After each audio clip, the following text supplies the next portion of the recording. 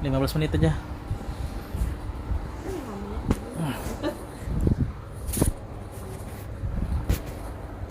Sakit perut.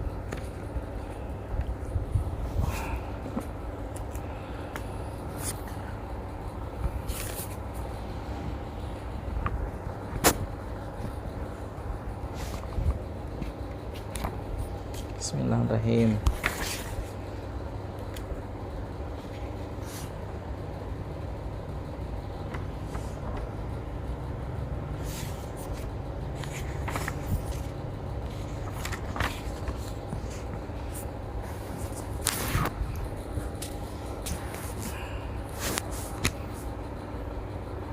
Kisah Nabi Muhammad SAW bagian 2. 1. Pribadi yang mempesona.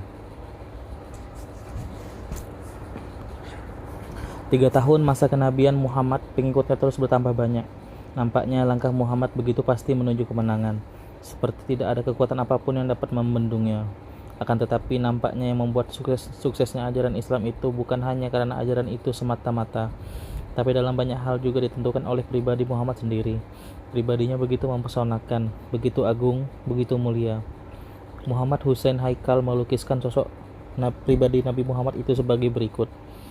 Paras mukanya manis dan indah, perawakannya sedang, tidak terlalu tinggi, juga tidak pendek, dengan bentuk kepala yang besar, berambut hitam sekali antara keriting dan lurus. Dahinya lebar dan rata, di atas sepasang alis yang lengkung, lebat dan bertaut. Sepasang matanya lebar dan hitam, di tepi-tepi putih matanya agak kemerah-merahan, tampak lebih menarik dan kuat. Pandangan matanya tajam dengan bulu mata yang hitam pekat. Hidungnya halus dan merata dengan barisan gigi yang bercelah-celah. Cambangnya lebar sekali, berleher panjang dan indah. Dadanya lebar dengan kedua bahu yang bidang. Warna kulitnya terang dan jernih. Kedua telapak tangan dan kakinya tebal. Bila berjalan agak condong ke depan, melangkah cepat-cepat dan pasti. Air mukanya membayangkan renungan dan penuh pikiran. Pandangan matanya menunjukkan kewibawaan, membuat orang patuh kepadanya. Bila ada yang mengajaknya bicara, ia mendengarkan hati-hati sekali tanpa menoleh kepada orang lain. Tidak saja mendengarkan kepada yang mengajaknya bicara, bahkan ia menghadapkan seluruh badannya. Bicaranya sedikit sekali, lebih banyak ia mendengarkan. Bila bicara selalu bersungguh-sungguh, sungguh pun begitu, ia pun tidak melupakan ikut membuat humor dan bersendai gurau. Tetapi yang dikatakan itu selalu yang sebenarnya. Kadang-kadang ia tertawa sampai terlihat gerahamnya.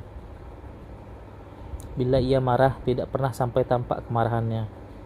Hanya keningnya tampak sedikit berkeringat. Ini disebabkan ia menahan amarah dan tidak mau menampakkan keluar. Semua itu terbawa oleh kodratnya yang selalu lapang dada, berkemauan baik dan menghargai orang lain, bijaksana, murah hati dan mudah bergaul. Tapi ia juga mempunyai tujuan pasti. Dan awak gani akrab ya.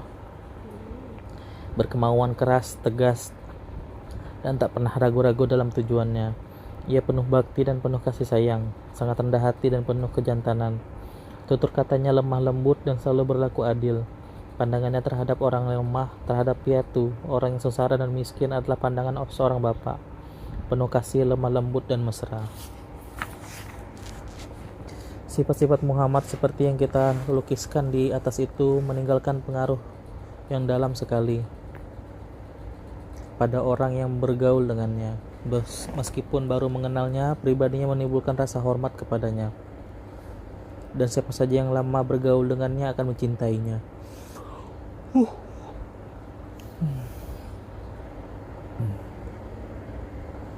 Dengan kesempurnaan pribadi seperti itulah Muhammad menyampaikan perintah Allah, mengajak manusia meninggalkan jalan sesat, menyerukan kepada manusia agar hanya menyembah Allah. Allah yang tunggal, Allah yang tidak dapat disekutukan, Allah Tuhan semesta alam. 3 tahun secara sembunyi-sembunyi cukuplah sudah. Pemuka-pemuka Quraisy mendengar kegiatan Muhammad itu, tapi mereka tidak peduli. Mereka menganggap Muhammad sudah tidak waras, kesurupan. Sampai demikian jauh, kaum suku Quraisy seperti memberikan keleluasaan bagi Muhammad untuk bergerak. Akan tetapi keadaan itu akan cepat berubah tatkala Muhammad menyerukan secara terang-terangan kepada penduduk Mekah supaya meninggalkan penyembahan berhala, supaya hanya menyembah Allah. Allah yang mengutusnya memerintahkan kepada Muhammad supaya ajaran yang dibawakan itu diproklamasikan kepada dunia. Tidak perlu disembunyi-sembunyikan. Perintah Allah supaya disampaikan. Perintah itu datang berupa wahyu. Berilah peringatan kepada keluarga-keluargamu yang dekat. Limpahkanlah kasih sayang kepada orang-orang yang beriman dan menjadi pengikutmu. Kalau mereka tidak mau mengikutimu, katakanlah, aku lepas tangan dari segala perbuatanmu. Sampaikanlah apa yang sudah diperintahkan kepadamu, dan tidak usah kau hiraukan orang-orang musyrik itu. Muhammad melaksanakan perintah Allah itu. Diundangnya keluarga-keluarga dekatnya makan bersama ke rumahnya. Selesai makan, Muhammad menyampaikan tugas yang diterimanya dari Allah. Diajaknya kaum kerabatnya itu supaya menyembah Allah, berserah diri kepada Allah, Islam, bukan kepada patung-patung batu yang tidak berarti itu. Akan tetapi sayang sekali Abu Talib, paman pelindung dan yang sangat dihormatinya, menyetop pembicaraan itu. Tuh kan, Abu Talib tuh sampainya mati nanti untuk Islam.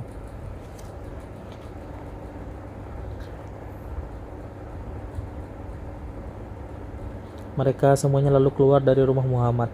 Muhammad tidak putus asa. Keesokan harinya diundangnya lagi kaum kerabatnya itu ke rumahnya. Saya tidak melihat ada seseorang manusia di kalangan Arab ini yang dapat membawakan sesuatu yang lebih baik selain yang saya bawakan kepada kamu sekalian. Kubawakan kepadamu dunia dan akhirat yang terbaik. Tuhan telah menyuruhku mengajak pada kamu sekalian. Siapakah di antara kalian yang mendukungku? Kata Muhammad lemah lembut. Kata-kata Muhammad itu adalah proklamasi tentang kenabiannya kepada kaum kerabatnya. Tapi yang hadir di situ tidak ada yang memperdulikan Muhammad. Mereka malah mengejek dan mencemoohkannya. Akan tetapi di luar dugaan tampillah Ali, anak Abu Thalib. Rasulullah, saya akan membantumu. Saya akan menjadi lawan siapa saja yang menentangmu, kata Ali yang segera sambut hadirin dengan tawa yang terbahak-bahak. Mata kaum Quraisy itu memandang Abu Thalib dan anaknya bergantian. Merah padam muka Abu Thalib meninggalkan pertemuan itu. Supan anaknya gitu.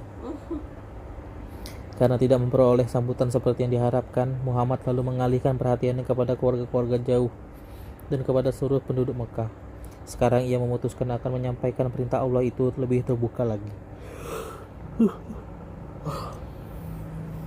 Dikumpulkannya orang-orang yang untuk mengadakan suatu pertemuan di Bukit Safa. Di sana, di atas bukit itu, Muhammad berkhotbah betapa mereka menjadi orang bodoh yang menyembah berhala yang mereka buat sendiri itu. Diingatkannya perbuatan itu adalah dosa yang besar yang dikutuk Allah.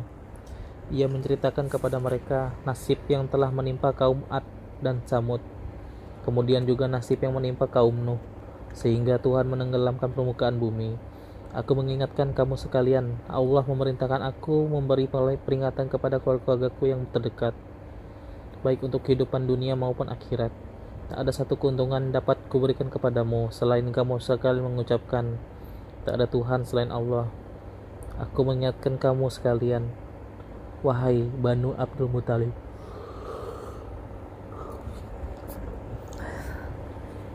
Banu Abdul Manaf, Banu Zuhra, Banu Taim, Banu Mahzum, dan Banu Asad sebelum datang azab yang sangat berat, seru Muhammad dari atas bukit itu. Akan tetapi kaum Quraisy dan penduduk Mekah yang belum Islam malah mengejek, menertawakan dan memperolok-olokkan Muhammad. Celakalah kau Muhammad, untuk itukah kau kumpulkan kami? Serapah Abu Lahab. Wah, Abu Lahab. Tahu ada Abu Lahab?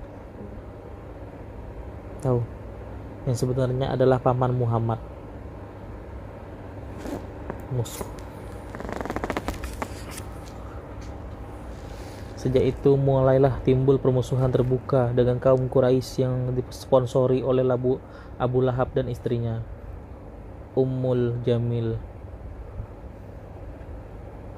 Dan permusuhan itu terus meningkat dari hari ke hari. Mereka memperolok-olok, menghina, melempari dengan kotoran, mencerca dan memaki Muhammad. Akan tetapi Muhammad menghadapi semua itu dengan sabar. Segala kekerasan yang terkadang membahayakan dirinya dihadapinya dengan tenang dan lemah lembut. Sekarang kaum Quraisy mulai sadar akan bahaya yang mengancam mereka sedikit demi sedikit dari hari ke hari, dan pasti Muhammad semakin kuat. Ajaran baru yang dibawakan Muhammad itu harus mereka tentang, tapi cara apakah yang mereka tempuh? Mula-mula mereka memfitnah Nabi Muhammad. Mereka menuduh Muhammad itu sebagai nabi palsu, penipu dan pembohong. Untuk itu sengaja mereka datangkan jago-jago syair mereka. Dengan mengalagukan syair-syair itu, mereka mengejek dan menentang Muhammad. Akan tetapi ternyata cara ini tidak mempan, sebab segera pula tampil penyair-penyair Islam yang tak kalah hebatnya. Kemudian mereka meminta mukjizat Muhammad kalau ia benar-benar seorang nabi. Hai Muhammad, cobalah jadikan bukit Safa itu jadi bukit emas. Cobalah kau hidupkan orang yang sudah mati. Cobalah perlihatkan malaikat Jibril yang sering kau sebut itu. Mereka menantang Muhammad dengan permintaan mukjizat itu di hadapan umum. Maksudnya agar wibawa Muhammad benar-benar hancur. Mereka yang tidak mengerti tentu akan banyak berpengaruh, sebab Muhammad memang tidak dibekali dengan mukjizat seperti itu. Mukjizat Muhammad yang paling besar ialah Quran itu sendiri. Tahun-tahun penuh derita. Permusuhan dari penduduk Mekah yang dipimpin oleh kaum Quraisy terhadap kaum Islam semakin meningkat. Mereka sudah sadar sepenuhnya bahwa ajaran dibawakan oleh Muhammad bukan main-main. Jerehanan, bukan pekerjaan tukang sihir atau tukang cerita. Hal itu tentu tidak dapat dibiarkan oleh mereka yang sangat teguh berpegang kepada penyembahan berhala. Apa juga berhala nih? Pada awalnya terjadilah kesepakatan antara mereka sendiri. Masing-masing mereka akan menumpas agama baru itu dalam keluarga mereka sendiri.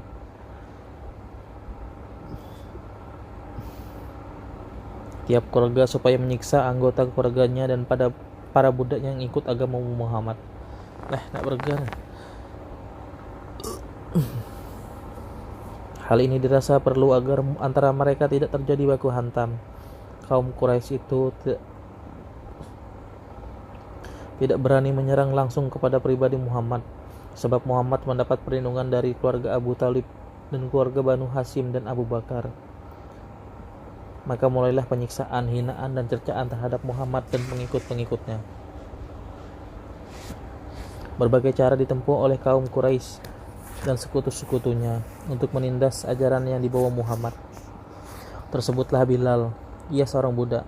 Tuannya Umayyah menjemurnya di atas pasir tatkala matahari sedang terik-teriknya. Bilal dipaksa tidur di pasir membara itu tanpa baju menghadap matahari. Di atas dadanya ditaruhnya batu besar. Kau akan tinggal di situ sampai mati, atau kau lepaskan ajaran Muhammad itu, kata Umayyah. Berjam-jam dijemur seperti itu, Bilal terkadang jatuh pingsan. Akan tetapi ia tetap teguh pada pendiriannya. Tatkala maut sudah dirasanya dekat, Bilal hanya menyerukan nama Allah. Kejadian itu berulang-ulang dialami Bilal, sampai pada suatu hari Abu Bakar melihat kejadian itu. Abu Bakar lalu membebaskan Bilal dengan cara membelinya dari Umayyah. Setelah dibelinya,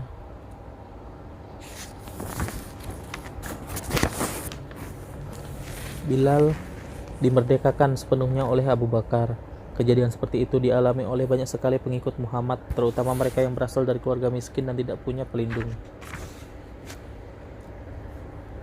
Dan sudah tentu dialami oleh sekalian budak yang para bangsawan dan hartawan Quraisy yang kebanyakan masuk Islam.